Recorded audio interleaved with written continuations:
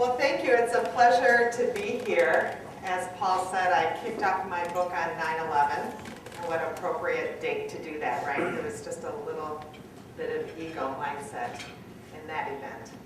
And I've been touring since. I was in Los Angeles to kick off the book, and then up to Canada.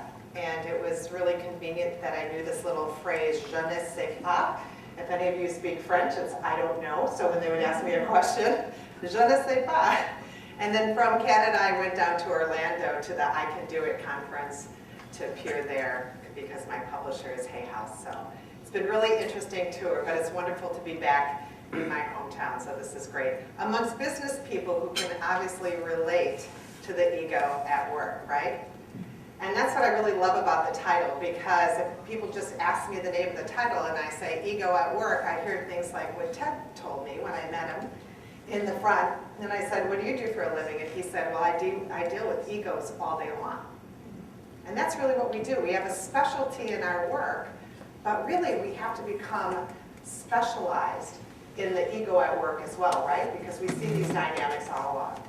And I've been a business consultant and coach for 25 years. I started my business really more in training, where I would go into companies and I would do leadership training and customer service training and sales training and teamwork training and leave these great skills for companies so they could grow. But it really wasn't until I began being an executive coach that we were able to really drill down and look at the dynamics that were sometimes stunting growth and other times really helping grow. And it was at that time that I became really interested in this dynamic of ego at work and realized that our mindset is our greatest asset. And at all times, we carry three mindsets with us. And the more aware we are of our mindset, and the more aware we are of the mindset of the person we're dealing with, the more successful we can be. And that's really what my book, Ego at Work, is all about, is to help you understand the ego and how to deal with it. So I'm going to give you just a little bit of information today about the three aspects of the ego, and I'm going to leave you with one skill set to help you deal with the ego. And of course that means dealing with other people's ego as well as your own.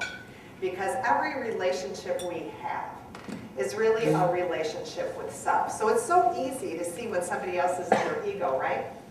But it's harder to see what is that triggering in us and how are we reacting. So I'll tell you a little story just to share a little bit about my ego. As Paul said, this is my 6th book. And I remember when I wrote my first book and I went on the road, there was a lot of ego involved in that first book. It was really my true story. It was called The Secret to Who I Am. And it was about my intuition and how I knew about a family secret and how that intuition unfolded. So it was really, really personal to me. And I felt a lot of ego in that writing of that book and delivering that book, a lot of fear about what would people think when they read my story. And I'll never forget the very first expo that I went to was in Chicago. And I was nervous and excited both. And I had a dress on and I had my favorite pair of high heels on, and my daughter was going to come with me, and we packed up the car with books and flyers and everything we needed. And all of a sudden at the last minute I remembered I forgot the holders for the flyers.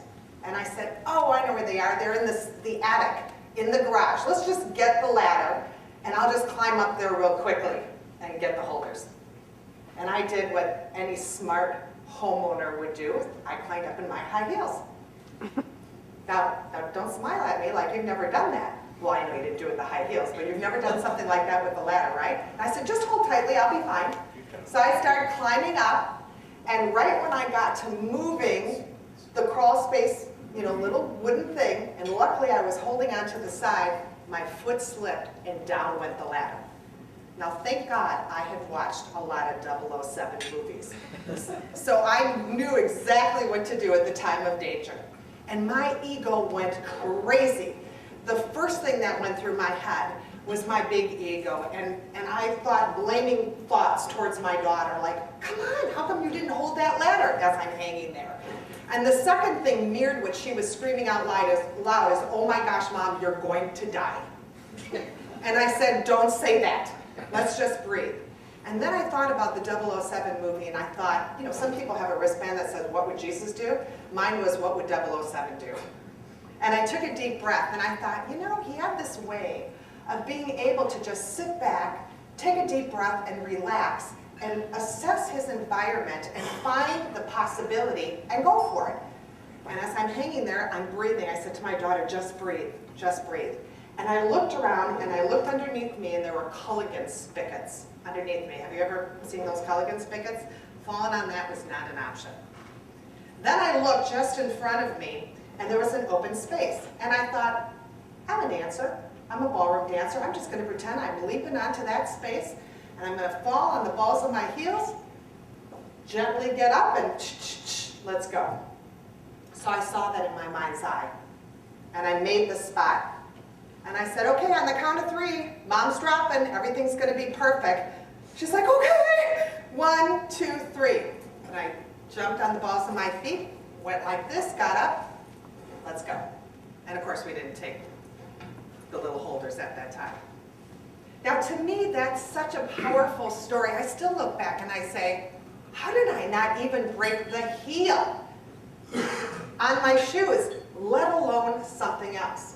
And at that moment, I thought, wow, our mind is more powerful than we realize. And there's something to those 007 movies that have intrigued us all, and how he can transform his fear and move into his ego strength. And suddenly, I had a different lens as I was doing training and development and coaching and going into these hundreds of companies and noticing when people were able to really handle obstacles and when people were not.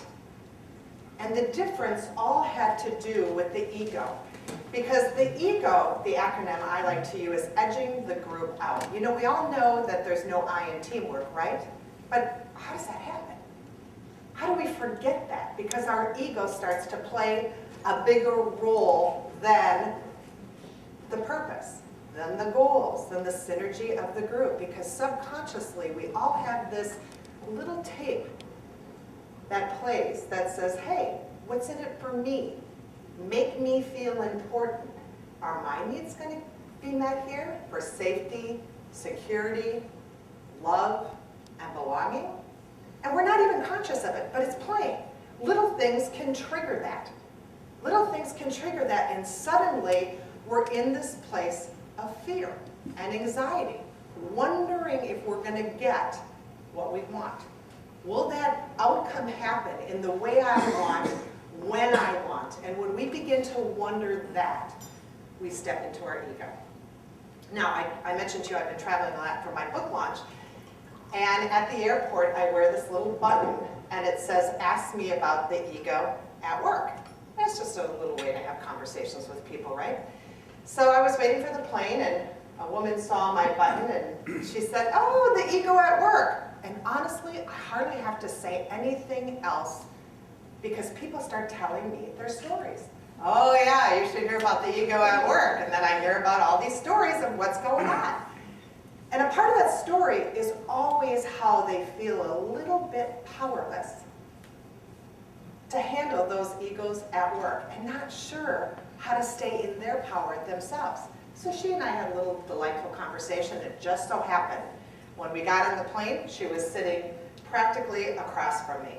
And I had explained to her that our ego is this part of us that is always there. You can't extract your ego, okay? And I said, it's like your left hand like this, wiggling like this. And the simplest thing can trigger your ego.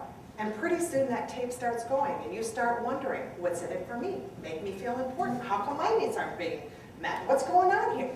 And we're there. And I said, you can almost feel it viscerally in your body. And she's like, oh, I can relate to that, I can relate to that.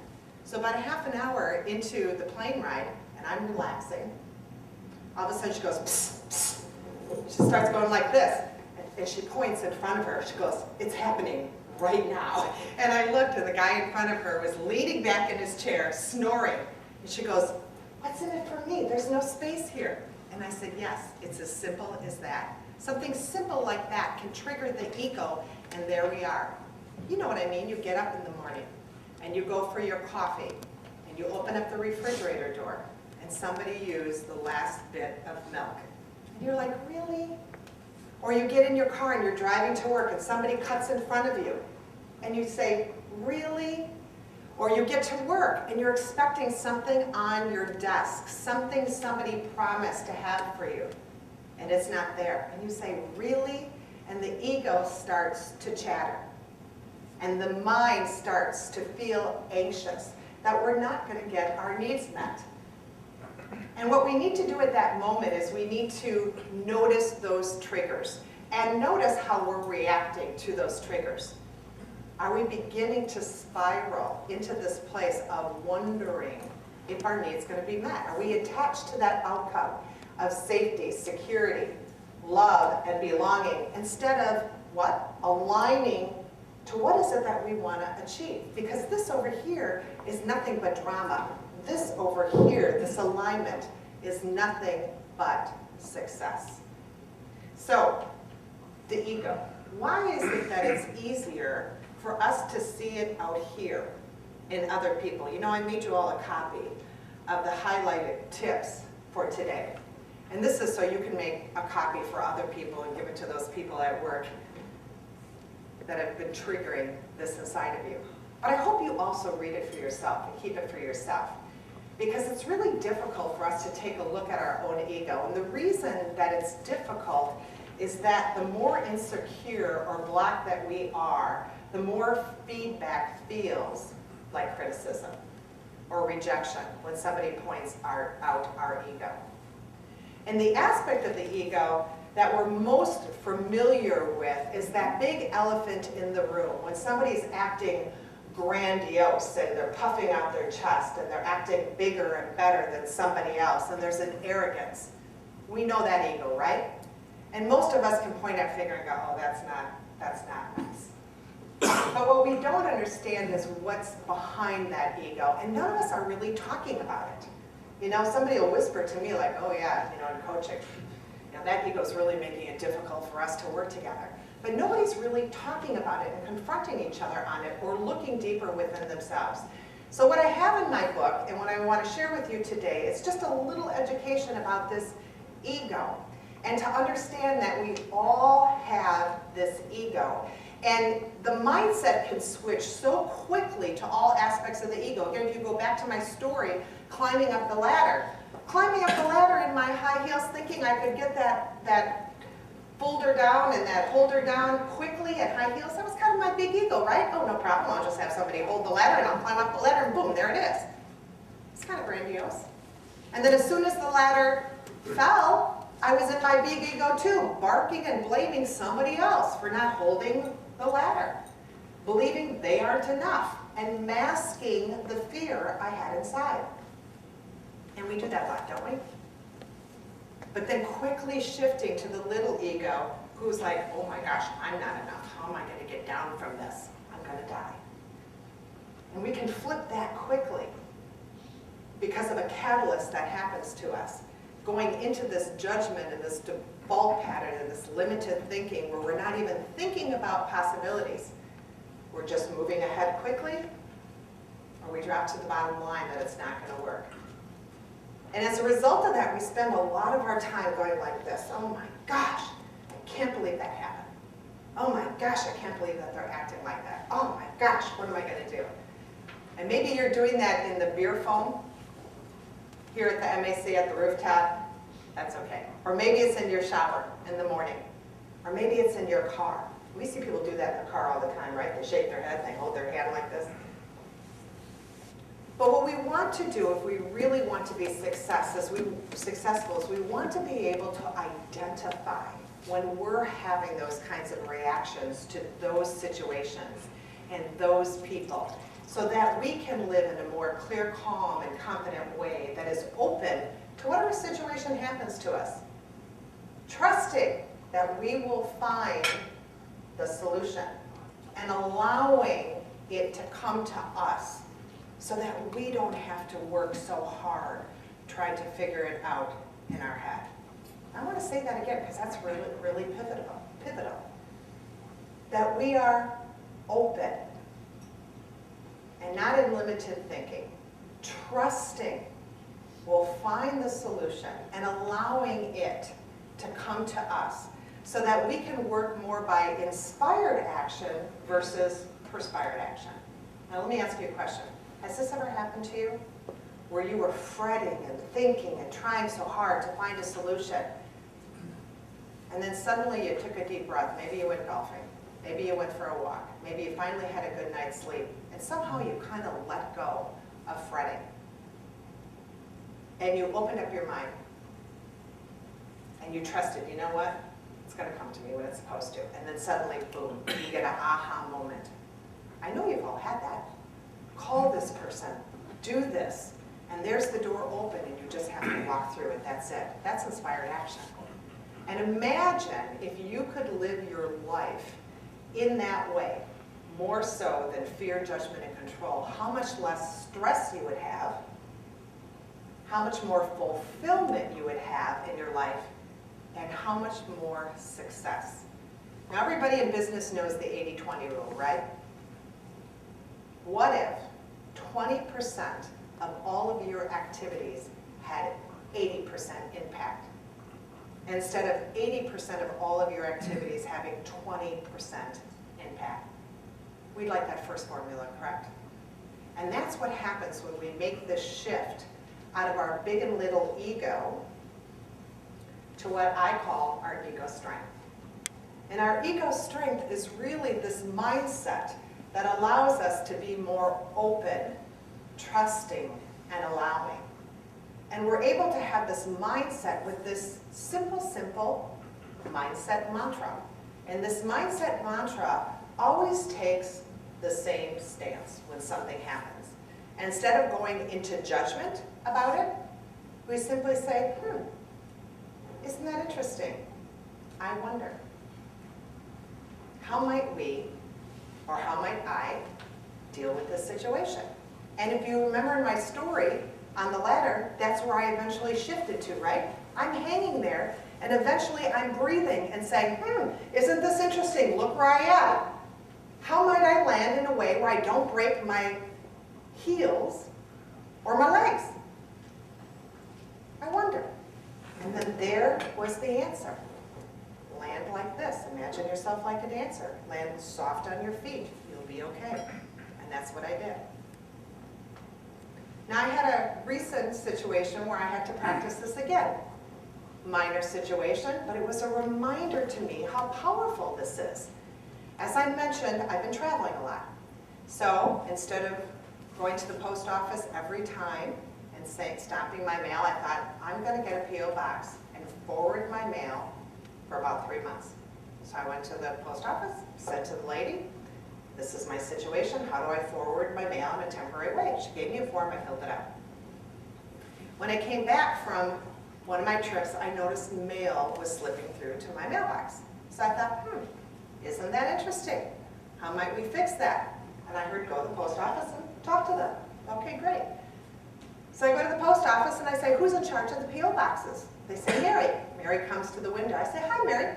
Just wanted to talk to you. I'm traveling quite a bit, and I had my mail forwarded to a P.O. box so I wouldn't get mail, and I noticed mail slipping through. And I'm wondering, what do we need to do? And Mary stood back like this, and she goes, well, how'd you fill out the paperwork?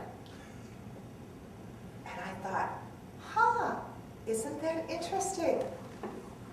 Look at how Mary's reacting. And I gotta be honest with you, my ego flipped up. And I could hear the conversation in my head, and it wasn't pretty towards Mary. Has that ever happened to you? And I thought, wow, she triggered something in me. Notice what I just said. She triggered something in me. And I noticed that was all my reaction, because I have this insecurity when it comes to details. I'm not that great at details. And I thought, maybe I messed up the paperwork. And I noticed that. And I took a deep breath, and I said, Mary, I'm not sure what happened, but here's what I know. I know you're the right person to talk to for us to fix this together. How might we ensure mail's not slipping through? I know you're going to be able to help me. And I smiled, and I took a deep breath, and guess what happened? Mary shifted. And she said, okay, let's do this, and I'll check on this. And then I'll double check this on this date. And she was all in it. all engaged, all bought in. And I thought to myself, wow, I'm powerful. Do you get what I'm saying? You know, we go about life and, you know, we try to be the best dad we can be, the best mom we can be, the best we can be in our jobs. And we think that's all skill-based, and yes, some of it is. But a lot of it has to do with this. A lot of it has to do with who's running your show. Is it your big ego, your little ego, or your ego strength? Because what we focus on expands. This will always be a part of us, right? We'll get triggered. But the more we're aware that we're triggered and the more we decide to not lean into the drama, and the more we decide to align to our purpose and our goals, and change our mindset with that simple phrase of, isn't that interesting? Okay, how might we? How might we realign? What happens is we change our thoughts. And because we change our thoughts, we change our feelings. Because you can only feel curious when you say that statement. Say it in your head right now. Isn't that interesting? Okay, I wonder how we're going to achieve this. I can only feel curious. I can't feel agitated. I can't feel judgmental. I can't feel afraid. I can only feel that. And when I'm curious, my behavior that follows is going to be much more collaborative and innovative. And guess what? If I'm being much more collaborative with other people instead of competitive and judgmental, and I'm being much more innovative and open mindset, having an open mindset, what do you think my results in my life are going to be? Better, right? But why do we want to give into this? Why do we want to lean into this? And I just have to address this for a moment, because there is this little bit of instant gratification when we kick the cat, isn't there? It's this little bit of gratification, and I just want to acknowledge that, because if we don't acknowledge it, we don't realize that impulse is there. But I got to ask you, where is that getting you? Where is that getting you? Is that where you want to go? Do you want to be focused on what's in it for me, make me feel important, or do you want to be focused and aligned with your purpose, with your goals, with your values? Because when we make that shift, what we're really doing is taking this energy of fear. And again, what's the fear? Well, fear my needs aren't going to be met. Fear that I'm not going to be important. Fear that what's in it for me is not going to turn out exactly the way I want when I want. But when we can transform that fear and change our mindset, we actually live in this state of confidence. Now, I got to tell you, when people meet me, there's probably 3 words they use to describe me the most. Fun, and I have a lot of fun. Warm, and confident. The part that I think is so interesting is that they describe me as confident. And I say to people, you know what? I'm probably the most insecure person I know. If you could only be inside my body and my mind and hear those quick thoughts that race through my mind when a situation happens and a catalyst happens, you'd say, oh my gosh, she is like so fearful. But here's the difference between me probably and other people, is I own it. I own when I think thoughts of fear. I own that those are my thoughts, and that's the way I'm scanning the situation. I own that it's my ego that is beginning to chatter, and I make a choice instead to change my mindset. And so what comes out is ego strength. It's like a skill. Just the way you lift weights. If you lift weights, guess what? This muscle gets stronger. If you lift weights between your mind, this muscle gets stronger. So just a little skill to leave you with. It's the 007 skill, but I call it the S.T.O.P technique. It's what I did when I was hanging. Is when a catalyst happens, you slow down and breathe. Now, why is that important? You know what? It's especially important for men. Brain researchers say that we have a left hemisphere and a right hemisphere, and there's a little bridge that connects the two, and it's called a corpus callosum. And men, this isn't my data, this is what brain researchers are saying, the bridge between the left hemisphere and the right hemisphere for men is a thin road. It's like a dirt road, not a 4-lane highway. You got bigger brain power than women, but you got a smaller bridge. The only way to increase that corpus callosum is by breathing. Go figure, that's all you have to do, is take a deep breath. And when you take a deep breath, that bridge opens up and now you have access to higher brain thinking. And guess where creativity, innovation, problem solving, and intuition lie? Oh yeah, right up here at the top of the brain. So when we don't breathe, we're down here at the lower part of the brain. And brain researchers call that the lizard brain. That's where we react in fight and flight.